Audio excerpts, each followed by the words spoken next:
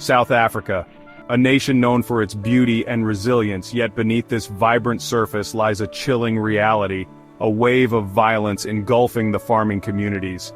These are not random acts of crime, these are targeted attacks, brutal and vicious, often marked by unspeakable cruelty. Farmers, men and women who dedicate their lives to feeding the nation, live in constant fear, their homesteads transformed into fortresses. The idyllic image of rural life shattered by the chilling reality of vulnerability and violence. The statistics paint a grim picture. While exact numbers are contested, farm murders occur at a rate disproportionately higher than other violent crimes in South Africa. Thousands of farmers have been murdered since the end of apartheid, their lives brutally cut short, their families forever scarred. The impact extends beyond individual tragedies, sending shockwaves through the agricultural sector and threatening the very fabric of the nation's food security. It's time to confront the truth about farm murders in South Africa, to acknowledge the fear and suffering of those targeted, and to demand justice for the victims and their families. Recently, Andeel's tweet on X about Plasmoord has reignited the conversation, highlighting the urgency of addressing this crisis. President Ramaphosa refuses to acknowledge claims of white genocide and has tried to convince President Trump that the ANC does not discriminate against whites.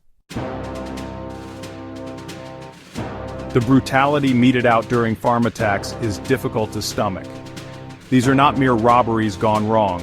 Victims, often elderly couples or families, are subjected to horrific acts of violence, torture, mutilation, and prolonged suffering.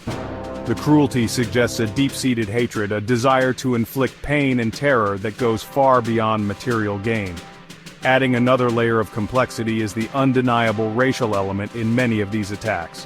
While farm murders affect farmers of all races, evidence suggests that white farmers are disproportionately targeted. The attackers often use racial slurs, echoing political rhetoric that demonizes white farmers. These are calculated assaults designed to instill fear, to drive farmers off their land, and to perpetuate a cycle of hatred and violence. The racial dimension of these attacks demands a nuanced and honest conversation about race relations in post-apartheid South Africa.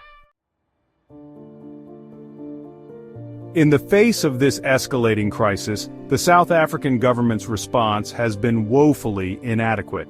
Instead of acknowledging the severity of the problem and taking decisive action to protect its citizens, the government has repeatedly downplayed the issue, often attributing farm murders to the country's general high crime rate. This denialism is not only insensitive, but also dangerous. By refusing to acknowledge the unique nature of farm attacks and the racial motivations behind many of them, the government is effectively turning a blind eye to the plight of its own people. The police response to farm attacks has also been criticized as slow and ineffective. Farmers often live in remote areas, making it difficult for law enforcement to respond quickly to distress calls. Even when cases are investigated, arrests are rare, and convictions even more so. The government's failure to address the farm murder crisis is a betrayal of its citizens and a threat to the stability of the nation. The power of words to incite violence is undeniable. In South Africa, the inflammatory rhetoric of certain political leaders has created a climate of hostility and intolerance, contributing to the escalation of farm attacks. Two figures stand out for their particularly dangerous pronouncements: Julius Malema, leader of the Economic Freedom Fighters, EFF, and Andile Mngxitama, leader of the Black First Land First, BLF movement. Malema has repeatedly chanted "Kill the Boer, kill the farmer" at rallies, a slogan widely condemned for inciting racial violence. While he argues that the chant is metaphorical, intended to challenge white supremacy, his words have real-world consequences. Mngxitama has been even more explicit in his calls for violence.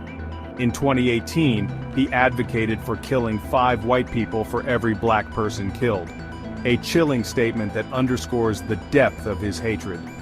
Despite widespread condemnation, Mngxitama has faced no repercussions for his inflammatory remarks and continues to hold a platform from which to spread his message of hate. The inaction of the authorities in the face of such blatant incitement to violence is deeply troubling. The South African Human Rights Commission, or SAHRC, is mandated to protect and promote human rights for all. Yet when it comes to the issue of farm murders and the hate speech that fuels them, the Commission has been conspicuously silent. Despite numerous complaints filed against Malema and Ming Chitama for their inflammatory rhetoric, the SAHRC has failed to take any meaningful action. This inaction has led many to question the Commission's commitment to protecting the rights of all South Africans regardless of race. Critics argue that the SAHRC has become politicized, prioritizing the rights of certain groups over others. This perceived bias undermines the Commission's credibility and erodes public trust in its ability to uphold human rights for all. The SAHRC's failure to act decisively against hate speech has created a dangerous precedent. It sends a message that inciting violence against a particular group is acceptable, that there will be no consequences for spreading hatred and division. The SAHRC must reaffirm its commitment to protecting the rights of all South Africans. Only then can it regain the trust of the public and fulfill its mandate to promote a society free from discrimination and violence.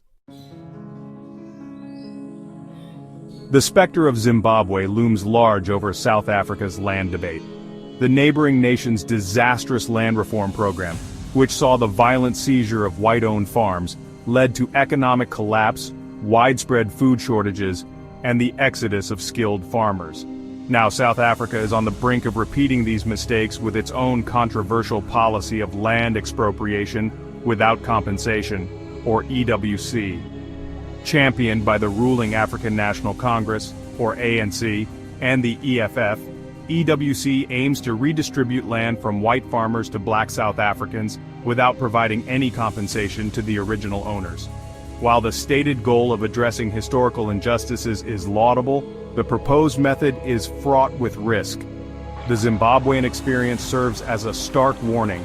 The seizure of farms without compensation led to a collapse in agricultural production, as inexperienced farmers struggled to maintain output. Proponents of EWC argue that South Africa is different, that it has stronger institutions and a more robust economy. However, the risks are undeniable. The farm murder crisis and the looming threat of EWC have had a devastating impact on South Africa's economy and social fabric. The fear and uncertainty have led to a decline in agricultural production, as farmers scale back operations or abandon their land altogether. This in turn threatens food security and exacerbates existing inequalities. The exodus of skilled farmers, driven by fear for their safety and the threat of land seizures, deprives the country of vital expertise and investment. It also leads to job losses in rural communities, further fueling poverty and social unrest. The perception of lawlessness and instability deters foreign investment, stifles economic growth, and undermines South Africa's international standing. The social costs are equally profound. The farm murder crisis has deepened racial divisions, fueling mistrust and animosity between communities. Addressing the farm murder crisis and implementing responsible land reform policies are not just economic imperatives but also moral obligations. The farm murder crisis in South Africa is rooted in historical injustices, economic disparities, and racial tensions. Addressing it requires acknowledging the problem, protecting citizens' rights, and healing past divisions. The government must protect farmers and increase police presence in rural areas. The Human Rights Commission must protect all citizens and investigate hate speech. The land debate must respect property rights and ensure economic stability. Honest dialogue about race and inequality is essential for a peaceful future.